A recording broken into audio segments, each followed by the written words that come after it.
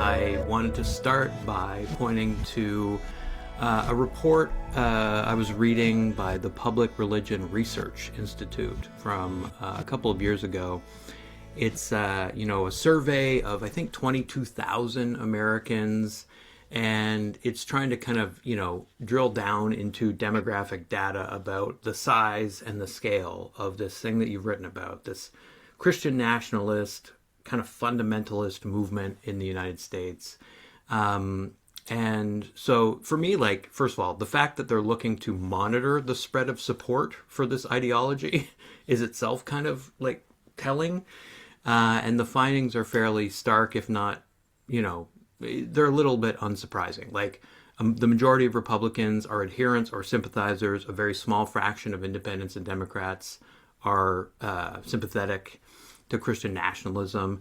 But the striking thing for me is that 2/3 of Christian nationalism adherents and nearly half of sympathizers agree that God ordained Donald Trump to be the winner of the presidential election.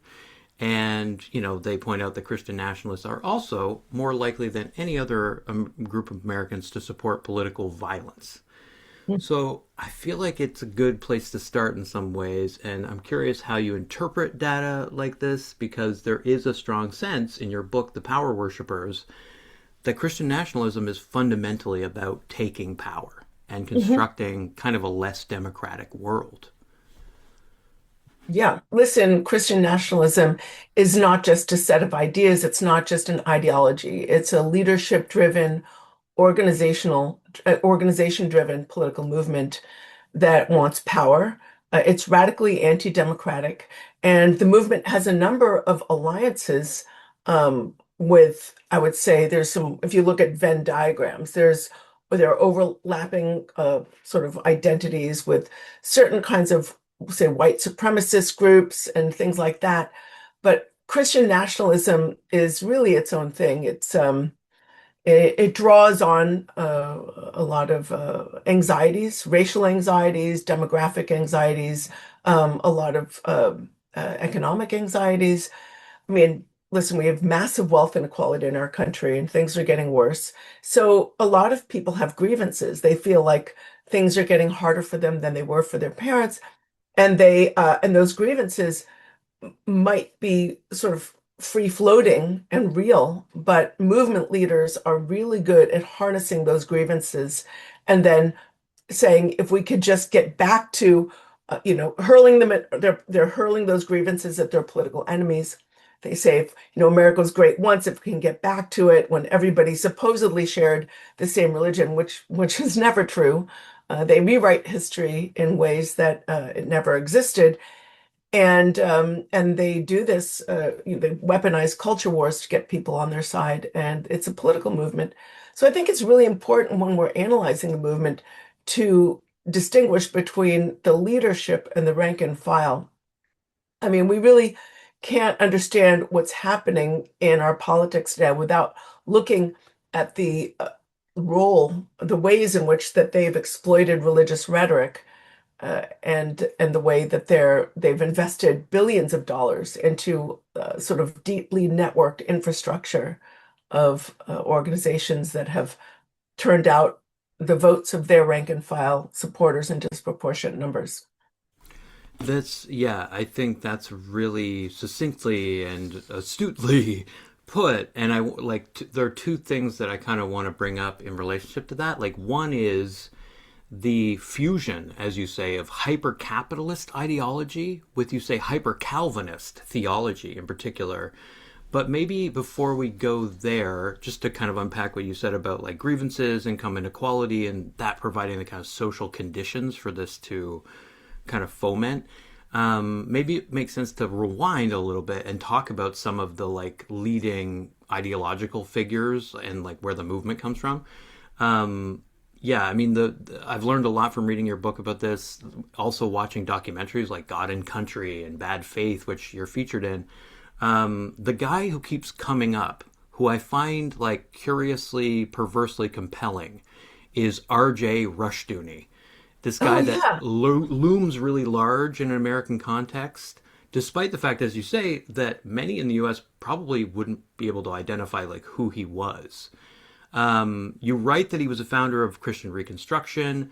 He's got more than 30 books. He has this style that is about trying to pose the Bible as obviously the document that kind of justifies dominion over the earth and over whole peoples, really. Yeah, I mean, I guess the question I would ask, because I have a lot of questions about this guy, is why do you argue that it's difficult to understand the ideological origins, and I'm quoting the book here, the origins and structure of Christian nationalism in America today without taking into account this guy's ideas? And why might it also be crucial to really understand the historical trauma that, in a sense, made him? Right. Well, Rushdoony is a really interesting figure. I mean, even before Rushdoony, there had been figures in American history who fused a reactionary interpretation of the Christian faith with economic power. I just want to read a quote to you, if you don't mind, from my book, The Power Worshippers, which is my second book in this field. Um, I think about some of the Southern Presbyterian leaders of the Southern Presbyterian Church during who defended slavery from a biblical standpoint. I think about Robert Louis Dabney, James Henley Thornwell, who were on the side of the slaveholder. They were on the side of money and power, and they defended slavery as, essentially God's established order. And listen to what uh, Thornwell said. He said the parties in this, and by the way, there were a lot of theologians. I discuss about a dozen of them in my book, The Power Worshippers, who argued from a biblical standpoint or from the standpoint of their interpretation of scripture that slavery was untenable and the enslaved should be freed. And this is sort of um, really disgraceful and disgusting. And these issues came to a head. And so this is Thornwell's take, the defender of slavery. He said the parties in this conflict are not merely abolitionists and slaveholders. They are atheists, socialists, communists, and red Republicans, Jacobins on the one side, and friends of order and regulated freedom on the other. That sounds almost identical to the insults hurled at those who are arguing for equality in our time and who are arguing for justice in our time. Atheists, socialists, communists, anybody who is not on board with the MAGA agenda, including what they call rhinos or Republicans in name only, they smear as, a socialist, a Marxist, et cetera, et cetera. Um, and that kind of really uh, uncompromising rhetoric has been used throughout to smear anyone who is arguing from a, a biblical standpoint or a humanistic standpoint that equality is the way, a better way to go, and that democratic principles of equality and pluralism and justice are what should guide our country, not a kind of the idea that America was founded to serve as a reactionary Christian nation where leaders are exempt from the law and can enrich themselves at the public expense. But we're hearing this same kind of stuff today. So back to Rushdoony. I'm sorry for that diversion. Rushdoony was an admirer of many of these pro-slavery theologians. Rushdoony himself was a mid-century theologian, the father of God, godfather of Christian, I would say the father of Christian Reconstructionism. He drew from previous sources, pro-slavery theologians, and also other theological traditions, a Reformed tradition. And he was a very interesting guy. When I was researching the Power Worshippers, I spent about a summer in a Rushdoony rabbit hole. He published copiously. He wrote maybe 40 some books. I think I read a dozen of them, or like one August. And it was very interesting. He had like a whole worldview. Um, and he too argued that, slavery, not slavery, he defended segregation.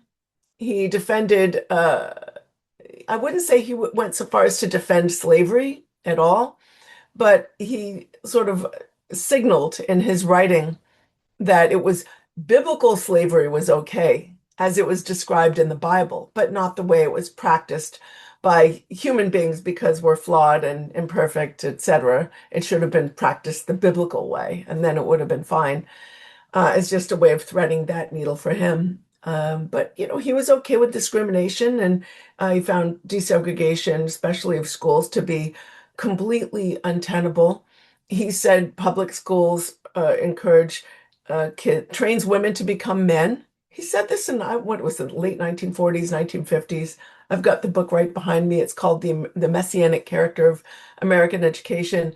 But when it came to economics, this supposedly biblical worldview that they endorse is directly at odds with the way most American Christians, I think, understand the Bible, which is something having to do with care for the least of these, care for the vulnerable and the oppressed, taking the social gospel seriously.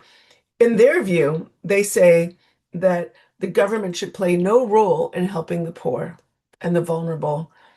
They often say that it's a responsibility of the family first and the church second, but they see all forms of social welfare, including social services that Americans pay for and expect and need, like public education, which is an absolute good in our society. They say that this is heresy, then they call it a form of slavery. So that those ideas have filtered into various aspects of the Christian nationalist movement, and they're like many of the phrases that Rushdoony uttered, such as, I'm going to paraphrase here. He had this sort of phrase where he said, separation of church and state isn't meant to keep the church out of the state. It's meant to keep the state out of the church. And it's not so it's much more, it's not just that at all. I mean, Yeah. separation of church and state was a principle that is built into our founding documents in various ways. Mm. And but they say that government should step out of the way and let the church do its thing. And then they, of course, rely on historians like David Barton to rewrite American history. And David Barton himself has cited Rushdoony, especially in his description of biblical slavery and his affirmation for the legitimacy of biblical slavery. Wow, yeah. And I guess right now I feel like I'm in a kind of rabbit hole of working to understand just how crucial the rewriting of history is in the perpetuation of basically authoritarian values. And even like in the context of countries like North Korea, like a totalitarian state of propagandist brainwashing. I mean, there is extraordinary power in rewriting history, and that seems to be at the core of the so-called like war on woke. You basically are trying to erase parts of history that are inconvenient for the perpetuation, I think, of a certain, consolidation of power under, white Christian, et cetera, et cetera, et cetera, kind of values. And I mean, like in the context of your book, you talk a lot about the curious alliances between sort of Russia and the kind of Christian nationalism in Russia and the United States, which they're kind of odd bedfellows, maybe like politically, but like ethically, morally, in terms of their core values and ideologically, there seems to be a real overlap. I feel like I wasn't able to read that section like closely or carefully enough, and I'm certainly like super curious about what's going on there. Well, what's But yeah. interesting, I think, if you're looking at the consolidation of authoritarian political power, you can see it around the world and throughout history. If you look at leaders like Orban, who was just Mm, kicked out of his position in Hungary, if you look at leaders in Iran, for instance, if you look at leaders in places like Turkey hmm. or Russia, when these leaders want to consolidate authoritarian forms of political power, religious nationalism is an incredibly useful tool. It divides the population by design between the insiders and the outsiders, and the pure versus the impure. Mm, And it sort of bubble wraps these leaders so that the population, a divided population, can't get together and recognize that their leaders are stealing from them. I mean, that Trump and his family have now monetized the highest office of our country. I think that it's $4+ billion that they've enriched themselves since Trump took office in the last however many months. It's under 2 years. And these leaders, want to enrich themselves and their buddies, their Mm, close allies. So they divide the population by saying, you're either with us or you're against us. You're the pure versus the impure. And they're also bubble wrapping themselves in sanctimony. mm. They're allying themselves with the holy men. They're surrounding themselves with the holy men and saying, you can't touch me. I've got the holy men on my side. And this is a great way for impeding any investigation of their anti-democratic practices, the abuses they're committing against their own people. It's a way of shutting people up. And a kind of rewriting of history in order to legitimize this process is really critical. So the war on democracy is, in a sense, a war on the truth. And my most recent book, which came out last year, the title is Money, Lies, and God, Mm. Inside the Movement to Destroy American Democracy. I put lies in there because propaganda and disinformation is a really critical part of this program. Absolutely. And I mean, this is something we can talk about in terms of what you mentioned before, this like overwhelming assault on public education, which is such a major tactic of the religious right. There's a shocking documentary called The Librarians that looks at the ways that, right, like the librarians of all people have been presented as the enemy of society. It's Uh, amazing because, library, this is a cohort of people who chose a career where people are expected to use their indoor voices and be super polite. sure. Yeah, and yet Yeah, they're on the front lines with the book bans. that's I right. mean, this is a movement that claims to stand for free speech, but they're engaged in the most radical forms of speech suppression that Mm, we've, I think, seen certainly since the McCarthy era.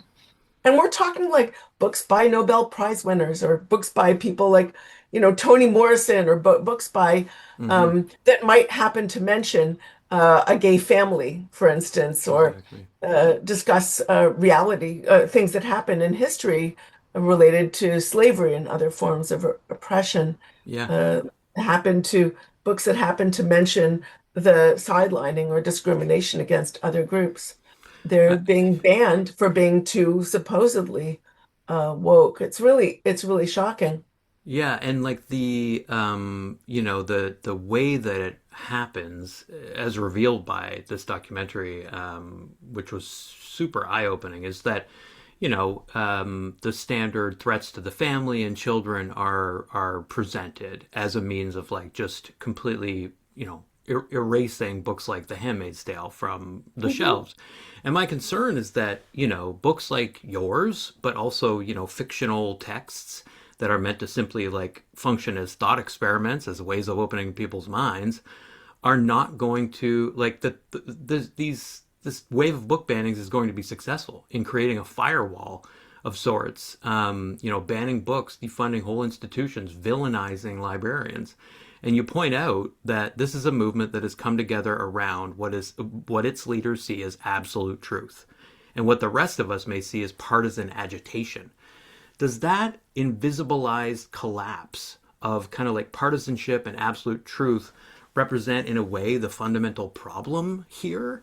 It's like that's where I landed. It's like there's a way in which you're saying like the you know entering into sort of indistinction or ambiguity of like partisanship and absolute truth. It's like a kind of point of no return. I worry It anyway is, that that's true. but we also can't forget that this is so much, so much of that rhetoric, the religious rhetoric, is really there just to get the rank and file to vote a certain way. This is a Right. movement that claims to stand for the American family, and yet they're driving support for politicians whose policies are making it so much harder for American families to succeed. And they're really have brought about an administration and a situation where very rich people who are on the side of MAGA are just like, I don't need to care anymore Mm, about the common good. It's just, sure. I'm going to get me mine. And do you think a lot of those people care about the culture wars? I don't think a lot of them do care about the things that they Mm. say. I mean, some do, and some of the leaders do, and some don't. You can't know what's in people's hearts, but I think maybe it's possible to get their attention with the right, triggers that are inherent in the culture wars. But I right. agree with you that it's not their fundamental concern. Their No, and everyday, I yeah, think they sort of talk themselves into a frenzy about their grievances, especially mm, around gender and sexuality, and this right, idea that there might be a woman a woman of color at a community college somewhere that mm, got a raise, and they, oh no, this is so terrible. yeah, But beyond that, it's really about, money. I mean, mm, I mm, put money in the first as the first word in the title of my latest book because money is a huge part of the story. When you look at the funders, what's really interesting about them, not just throw out some names, it's by no means comprehensive. Look at people like the Uhlines or Barry Side or the Tim Dunn or the Wilkes brothers or Sean Filer, etc., the members of the Prince DeVos family juggernaut. Religiously speaking, these people are all over the place. mm, Some are evangelical, some are Protestant, some are Catholic, some are Jewish, some are atheistic. If you think about some of the tech bros who are now sort of throwing their support behind this movement, they're not really, some of them, I think, really just don't worship anything more than what they see when they look in the mirror, right? mm, But what they do want is economic policies that privilege wealth, extreme forms of wealth. But more than that, there's a psychological aspect to it as well. They want to believe that they deserve every single penny, that they earned it with their bare hands. They don't want to have to be thinking about empathy. Remember, you had these Christian nationalist leaders saying that empathy is a mm, sin, mm, which is a kind of heart of the way I would say most American Christians understand their faith again. But mm, they're drawn to ideologies that tell them that they don't have to care about the common good and that they deserve what they have. They often call themselves pro-capitalist people. They say we want the markets to do their thing. At the same time, they're looking for privileged contracts for their monopolistic businesses. And in many instances, looking at you, Elon Musk, they want mm. taxpayer subsidies for their monopolistic businesses, billions of dollars. So um, it's a bundle of contradictions, and it's really brought about the collapse of democracy in America. It's Yeah. a sad thing to see. No, I mean the bundle of contradictions itself is such a like a concept that's worth unpacking, and maybe we can do it by thinking about the moves that you're making to kind of shift the focus away from religiosity in particular toward capitalism as a kind of religion. You It's know, not even capitalism. It's like, again, privileged contracts. It's kleptocracy, right? you know? I Yeah, mean, yeah, yeah, yeah. just Neoliberal capitalism, I guess, like a I don't like the deregulated term but neoliberal oh, because really? it's You don't I'm use not it, an I've noticed. Yeah. I'm not an academic and I don't have to use those academic terms. It has nothing to do with liberalism. Right. Liberalism is, in my view, sort of embrace of classic liberal values of Right. equality and pluralism and rule of law, the idea that Mm, our laws should be deliberated in public and should apply to everyone, including our leaders. I think mm, a lot of the problems that many Americans continue to see this as a cultural movement centered on a set of social issues like abortion or same-sex marriage or some of the newer issues that the movement is seeking to weaponize because it's all they've got, right? right. But those cultural issues are just like the shiny baubles that these movement leaders use to get the rank and file to vote for these hyper-conservative candidates that are going to, number one, enact a range of social and economic policies that are favorable to the movement's funders, and number two, that are have legitimized lawlessness and kleptocracy at the highest levels of our government. Yeah. That, I mean, that's such an important corrective in a weird way, like, because neoliberalism itself has become this, like, really overdetermined term that is absolutely circulated in kind of lefty book world as something that stands in, I would say, for like an argument. It's a little bit of like a reflex. But power worshippers in your other research, it's so useful for understanding like the kind of legal history in some ways, the configuration of movements under particular presidents and how like those tactics are operating. You point out that all major political operations of all parties, for example, now rely on big data and activist networks to sharpen their effectiveness in election campaigns, but that one key difference is that the fundamentalist Christian right's kind of voter turnout machine is at the top of a long pyramid that largely operates in the religious sphere, all of which is exempt from taxes and shielded from public scrutiny. Can you Mhm. expand on that and the ways that like this kind of minority rule initiative has sought to really circumvent legislation that regulates like the influence of religious organizations and big data on politics? Yeah, it's really interesting because a lot of people uh, fail to understand that the movement is not the Republican Party. In fact, for a long time, I think Republican leaders looked at it and said they're great because they'll give us a very reliable sector of votes. And then they were slowly, the public party has been taken over by this movement. And this is why there's some number of Republicans who, those who've not been drawn in by the lies and disinformation, and kind of hate, really feel like they no longer have a party. And Right. you have some of these like never Trump Republicans actually speaking out. Think about when Nixon tried to subvert the Department of Justice. Mm-hmm. His own, and it was released on secret tapes, right? Mm-hmm. His own party, the Republican Party, said, "You can't do that. You've crossed a line. You're out." Mm-hmm. And Trump does this on a Wednesday morning, and tweets it out to Pam Bondi, previous, before he fired her. And nobody, and the entire party just shrugs. I Mm-hmm. mean, I think that this is a movement that really has exerted so much power on the Republican Party because of the investment over decades in this deeply networked organizational infrastructure, which consists of right-wing policy groups like, well, again, I'll throw out a few names, but it's by no means comprehensive. The American Family Association and the Family Research Council. You've got a vast right-wing legal ecosphere that has, for decades, played a really strong role in shaping the courts, especially the Supreme Court, but also some of the lower courts. You've got groups like the Alliance Defending Freedom and Liberty Council and First Liberty now pursuing legislation intended to smash the separation of church and state even farther. And within that ecosphere, you have the Federal Society, which has played an outsized role in shaping promoting candidates with the supposedly correct ideology for the courts. You have networking organizations like the Council for National Policy that bring together leaders of these organizations with deep-pocketed funders who can fund their initiatives, and it also serves people to get these leaders on the same page. So the Conservative Action Project, which is an initiative that's linked to the Council for National Policy, issues statements that are often signed by multiple movement leaders. Then you have leadership development initiatives such as the Leadership Institute, which trains people to, be media savvy and to lead organizations. You have a, a far right, I would say, disinformation sphere or propaganda sphere that serves to, Flood the uh, zone.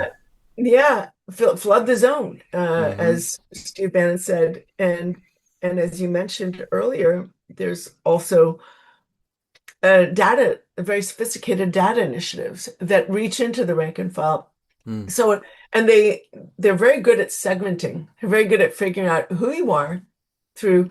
They have data initiatives called I360, Deep Root Analytica. There was one previously called United in Purpose that has now shape shifted a bit.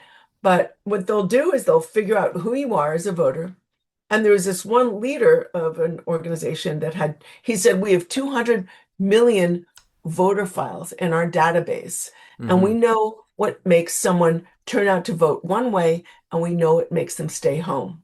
Mm. So they will flood the person's social media feed or the feeds that they follow, in order to capture segmented populations with information or disinformation intended to sort of shift their perceptions. In my last book, Money, Lies, and God, I was trying to understand the shift between 2016 and 2020. Latino voters shifted 8 points in favor of Trump. Hmm. And then between 2020 and 2024, they shifted even further. So, and by the way, now Latino support seems to be collapsing. But when I was writing this book, which was largely before the 2024 election, I was understanding the shift. So started following this Facebook page called Latinos of Plainfield, New Jersey. And it's where a lot of Latino residents of Plainfield, New Jersey, it's like local initiative, right? Where people go to find job postings or um, uh, housing postings or, just resources and things like that. And over time, it was really shifting. Every third or fourth post would be something about how abortion is satanic and the Democrats are satanic and Mm. they want to, kill your children and trans them in their public schools against their will or something like that. All this kind of nonsense. And it was clearly intended to shift the Latino vote in a critical area. One of the things that the movement is really good at is identifying swing districts in swing states and then devoting resources to those areas. So, in advance of the 2024 election, I believe they identified 19 swing districts in 7 swing states. And they really focused a lot of initiatives and messaging on conservative and conservative leaning churches in those areas because they know very well in a country where 40 to 50% of people don't bother to vote, if you can turn out the vote in disproportionate numbers, you can swing a district that will swing a state that will swing an election. So there was a fellow who said, who was it? He said, he's affiliated. It's Barna, George Barna. He's Mm. an evangelical pollster.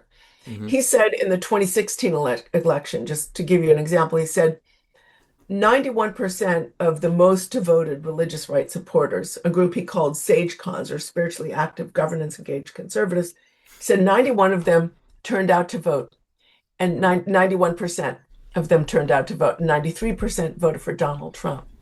So you see, and if they're voting Yeah. in such disproportionate numbers, and he also said that in subsequent elections it was even higher. Or maybe it was Ralph Reed who said it. I apologize if I've No, got the it's wrong source. It was one of the two. But right. But the reality is that they're there, turning out votes in disproportionate numbers. with incredible effectiveness, And finding that's these what the pressure points, right, and right. these districts. It's such an intimidating strategy for, I guess, eroding democracy or at least leveraging the structure of U.S. democracy to consolidate rule. It's hard to imagine how that strategy can be contested, as it were, right? Like whether, it's possible to unravel that support by exposing the ways in which the movement mystifies how they're really betraying some of these fundamental values that people care about. Like it's like it's not enough to just out the lie of Trump being presented as like King Cyrus or some reclamation project by the evangelical Christian right. It seems like because of these kind of dynamic moving pieces and the kind of forward thinking elements of something like Project 2025, right, that you have to really be mercurial in your analysis in the way that you're attempting to be and really like figure out what's happening on the ground level in order to even have any hope of contesting what's happening. Well, I've written my last three, Money, Lies, and God was my third book in the series. The first book Mm-hmm. I published in this area came out in 2012. It was focused on the religious right in public education. It's really about their war on public ed. Second one was Power Worshippers. Third one was Money, Lies, and God. I wrote each of these books to show how they did it in hopes that people who are part of the pro-democracy coalition and leaders of the pro-democracy coalition would not just sit around thinking, how did this happen? Yeah. Instead, they would see, oh, we can see exactly how the watch works. We can see the pieces of Yeah. machinery and how they fit together, and this is how they did it. At the end of the day, the movement they used the tools of democracy to destroy American democracy. Mm-hmm. And they are also using undemocratic tools now, the sort of lies and disinformation. Those Mm-hmm. are clearly undemocratic tools. But for a long time, it was really about turning out the vote in disproportionate numbers, cultivating their people, radicalizing them, getting the vote out. Mm-hmm. I have heard, and also developing, a kind of organizational infrastructure that would reach into communities. It would do Mm-hmm. more than just throw money at TV ads. It was Right. really about neighbors reaching out to neighbors, developing local communities through churches, cultivating, you know, the networks where they could do it. Mm-hmm. So, I think that if enough voters turn out in the midterm elections, that it cannot be denied Mm. that it's a legitimate election, then that is what we really have to be focused on next. A lot of people get frustrated when they say, oh, voting isn't enough. And it's not. Why don't you create a pro-democracy circle in your neighborhood and get all of your friends to vote and even people you might not know very well? Hold people to account to vote, vote all the way down the ballot, vote in every election, including local elections, because a lot of this stuff filters down into the local community. There's Mm. so much more we can do. We need Mm-hmm. to abandon purity tests. I think the right understands that there is no victory without unity. I've heard them say that over and over. And people within the pro-democracy coalition are often saying, well, I can't support this candidate because they, said something I don't like in 1997, or they, you Mm. know, aren't in agreement with me on this particular issue. You know what? If you want a perfect candidate, go run for political office yourself, because that's the only way you're going to find one. Like the Mm-hmm. pro-democracy coalition is a big, noisy, diverse coalition. We're not going to all get everything we want. And frankly, we shouldn't. None of us should get everything we want. We're going to all have to make compromises. But if we can agree Mm. on more than we disagree on, we can and should work together. Yeah, for sure. Especially considering what folks are up against, right? Like, abandoning that purity politics has a lot of obvious advantages in terms of building solidarity. Mhm. Not deciding that certain people are toxic. You can absolutely destroy your own movement. I think you're right, by falling prey to those internal contradictions. Um, and I think the last question I'll ask. I was gonna ask you a question about Pete Hegseth, but I think I might.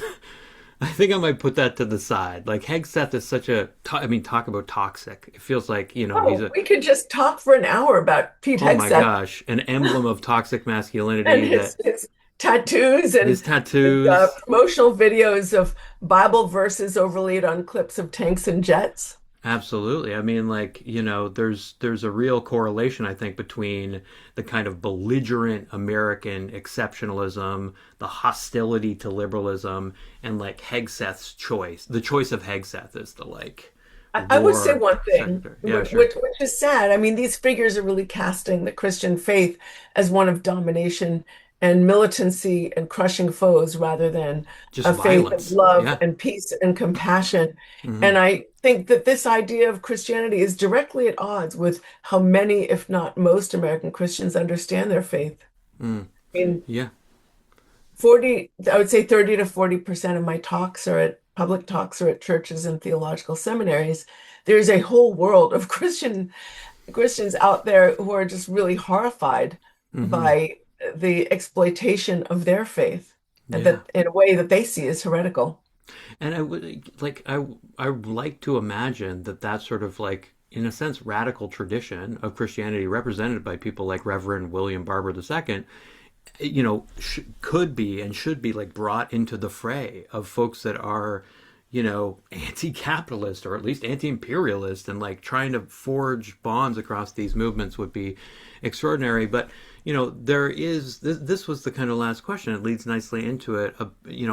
There is and this is detailed a lot in Bad Faith, this documentary, a sense that the movement for Christian control of the United States, which is all about this kind of consolidation of power among a capitalist ruling class and a rising authoritarianism, that these things are de facto anti-Christian, right? Like there's a deep almost sense of outrage, I guess, at the fact that there's abdication of social justice, of pluralism, of even kind of socialist values in some sense. That seems to be at the root of a certain Christianity. But your book, it's interesting. Like, it doesn't lean hard, like power worshippers in particular, it doesn't lean hard in that direction. It talks about that contradiction and the outrage. But you seem to be more concerned about the war on democracy that this Absolutely. thing Look, represents. Yeah. yeah, I'm not a theologian. I mean, Right. every faith is incredibly diverse in its interpretations and practices, Mm. and the Christian faith is no different. Hmm. So, who am I to judge if there's a correct version of the faith? I tend to think that most faiths are just diverse in their expressions and interpretations. I do note in detail at length the different sort of interpretations over issues like slavery. I spoke about Yeah. the abolitionist theologians, like there's so many of them, Sumner, Aidan Ballou, so many others. Frederick Douglass himself Hmm. described, he said the parties in this conflict are between the $5,000 divines. $5,000 was a lot of time, a lot of money at that time, right? He said it's Hmm. between Hmm. the $5,000 dollar divines and he said, humble men, like preachers in humble pulpits. So he's Hmm. talking about that. I'm paraphrasing a bit. I don't have the quote in front of me, but he's saying that the abolitionist theologians just didn't have a lot of money, and Right. Yeah. the pro-slavery theologians had a lot of money and power. But Yeah. yeah, there are a lot of theologians, and there are many theological traditions. Like I think about the Catholic worker movement, I think about liberation theology, I think about the social gospel movement, Protestant movement, the early 20th century, and the way that many mainline churches practice and understand their faith as well, running soup kitchens, really trying to help people who need the help. But I think beyond the theological dispute, what's really at stake is our democracy. These sort of progressive or more liberal or moderate faith leaders don't have the money that the Christian nationalist movement does, and they don't have the organizational infrastructure. And many of them, look, I've spoken to many of these pastors, they are reluctant to turn their pulpits into partisan political operations. They say it's not their purpose. Hmm. Many of them are also pastoring politically diverse populations. So they don't want to alienate people, but it goes beyond that. They say it's my job to preach about, the kingdom of God, not to talk about, render unto Caesar that which belongs unto Caesar, basically. They're Mm. trying to also adhere to the separation of church and state, which is Mm. an American original, right? I Mm. mean, it really is. It's one of our core founding principles. It ensures that people can believe what they want and practice any faith that they want without government coercion. And it's one of the, I would say, great inventions of American democracy. Yeah, no, there's something like kind of beautiful in that idea of a certain kind of critical patriotism, I guess. Like at least telling a story of, a full story of the emergence of a nation, like that is an attempt to, envision some kind of a radical democracy that, yeah, is like avowedly, overtly pluralistic.